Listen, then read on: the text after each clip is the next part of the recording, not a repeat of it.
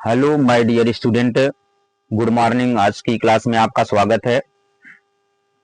कक्षा 12 की UP board में पूछे जाने वाले जीव विज्ञान के अंतर्गत प्रश्नों पर चर्चा हुई थी अध्याय 5 तक। आज हम आपको बताएंगे अध्याय 6 विकास के अंतर्गत पूछे जाने वाले प्रश्न। सबसे पहले हम लोग चलेंगे विस्तृत उत्तरीय प्रश्नों पर। विस्तृत उत्तरीय प्रश्न में किस तरह से प्रश्न पूछता है, तो पहला प्रश्न, जीवन की उत्पत्ति से संबंधित ओपेरिन, जीवन की उत्पत्ति से संबंधित ओपेरिन के सिद्धांत को समझाइए। किसके सिद्धांत को? ओपेरिन के सिद्धांत को समझाइए। फिर एक बार चलते हैं, जीवन की उत्पत्ति से संबंधित ओपेरिन के सिद्धांत को समझाइए, पहला प्रश्न। दूसरा प्रश्न, जैव विकास क्या है? जैव विकास क्या है?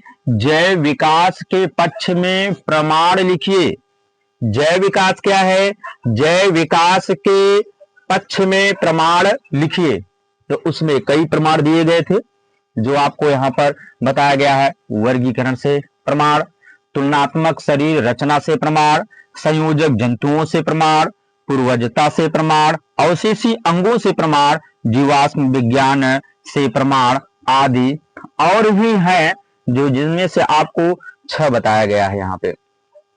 अगला प्रश्न, अनुकूली विकिरण का उदाहरण सहित वर्णन कीजिए।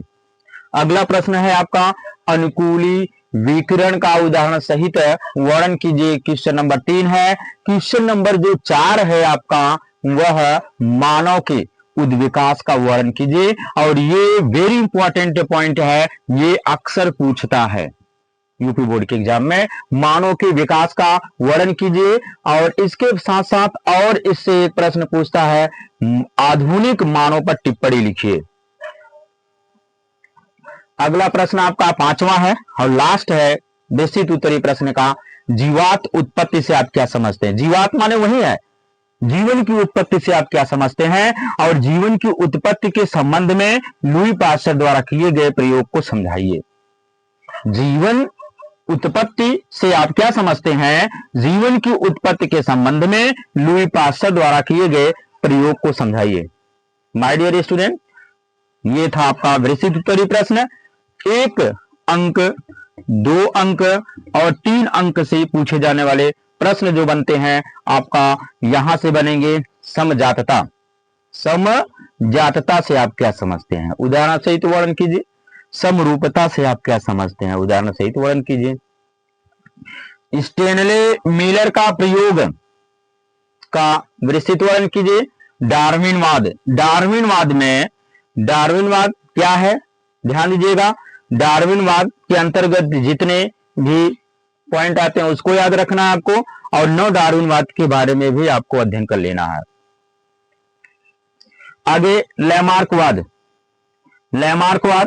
लैमार्कवाद के बारे में भी आपको क्या है और इसके अंतर्गत कितने पॉइंट आते हैं वो सभी को आपको अध्ययन करना है। और इसके साथ साथ लैमार्कवाद और डार्विनवाद में अंतर, लैमार्कवाद और डार्विनवाद में अंतर। इसके बाद प्राकृतिक वर्ण, क्या? प्राकृतिक वर्ण। और इसके बाद हार्डी-वेनबर्ग सिद्धांत, ये अक्सर पूछता है, ये भी हार्डी-वेनबर्ग सिद्धांत। और अगला लास्ट बनता है इससे प्रश्न, ह्यूगो डी व्रीज का उत्परिवर्तन सिद्धांत। इसका ह्यूगो डी व्रीज का उत्परिवर्तन सिद्धांत। और एक बात बताएं कि जैव विकास के सिद्धांत, जैव विकास के सिद्धांत जो है आपके 2 हैं। एक है आपका लैमार्कवाद और दूसरा एक है आपका डार्विनवाद और दूसरा क्या है? लैमार्कवाद। ये दोनों, लैमार्कवाद और डार्विनवाद, ये दोनों जैव विकास के सिद्धांत माने जाते हैं। तो माय डियर स्टूडेंट, एक बार फिर देख लीजिए अध्याय 6 के अंतर्गत आने वाले विस्तृत उत्तरीय प्रश्न जो आपको बता दिए गए हैं।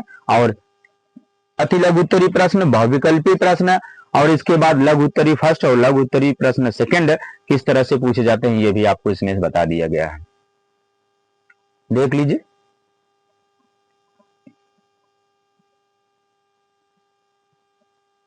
तो आप देख लिए किस तरह से ये प्रश्न पूछता है। तो आज की क्लास यहीं पर समाप्त होती है।